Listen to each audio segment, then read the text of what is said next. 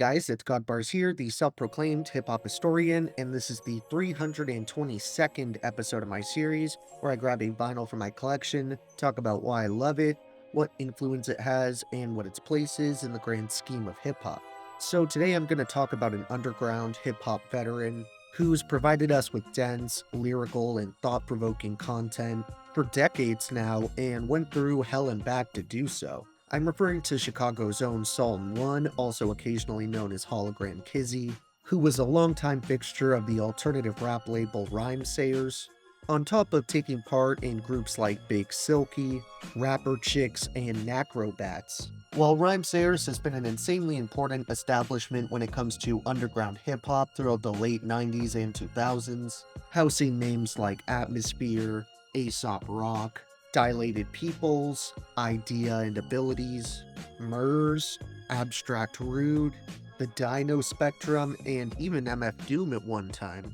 Unfortunately, it was later revealed that Psalm 1 was the victim of pretty regular discrimination and even sexual assault from certain members who were subsequently dropped once the circumstances came to light, but that was only relatively recently.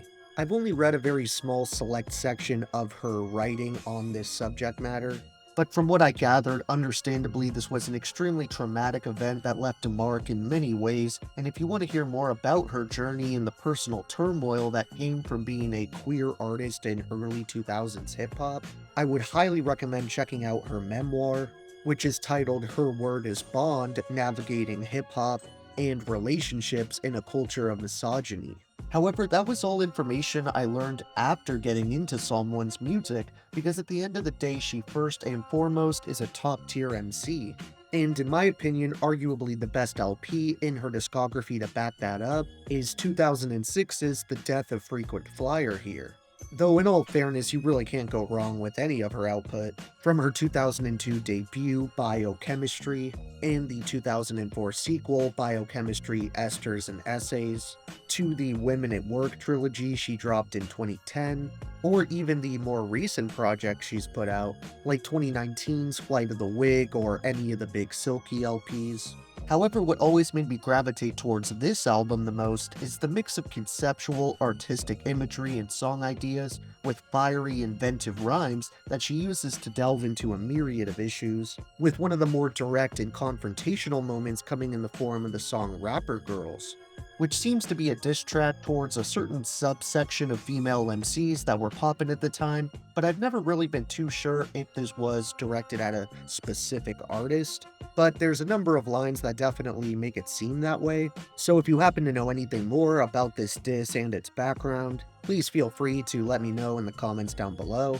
Unfortunately, this is another one of those under-the-radar projects where it's pretty much impossible to find any lyrics online, but I really want to share at least one verse from this super talented writer.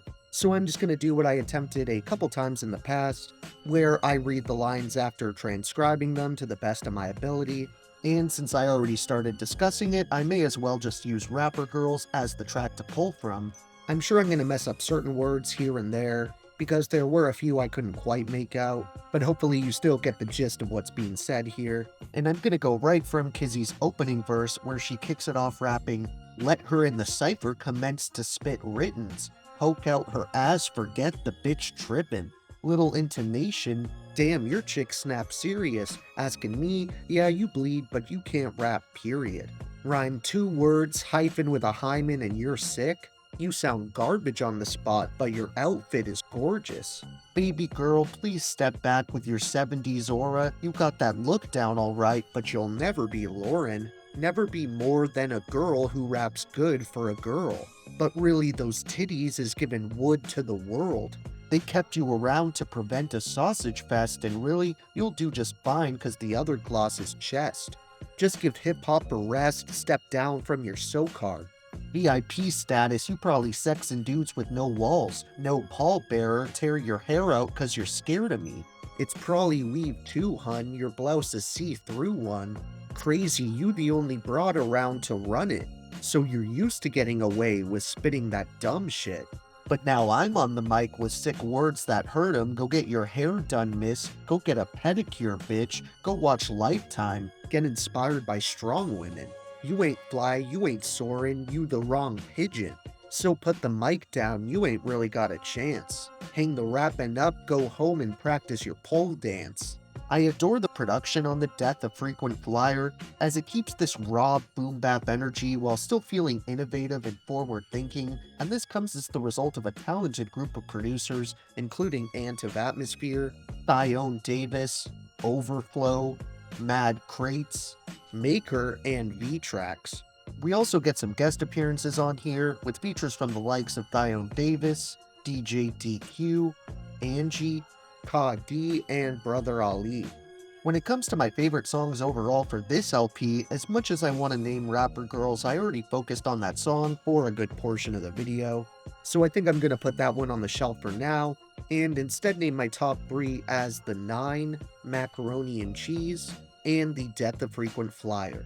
As for the honorable mentions that didn't quite make the top of the heap, but still are more than worth checking out, I want to recommend tracks like The Living, Stand By, Rap Star, Let Me Hear, Beat the Drum, Sworn Habit, Mountain High, Peanuts, and Rest in Peace. Thank you for watching my 322nd video. Next up, we have a legendary LA-based underground hip-hop duo, so keep an eye out for that upload, and if you enjoyed, be sure to like, subscribe, and let me know what moments stuck out to you the most off of this personal and thought-provoking release. Don't forget to have a great day, and I'll see you next time, okay? Alright.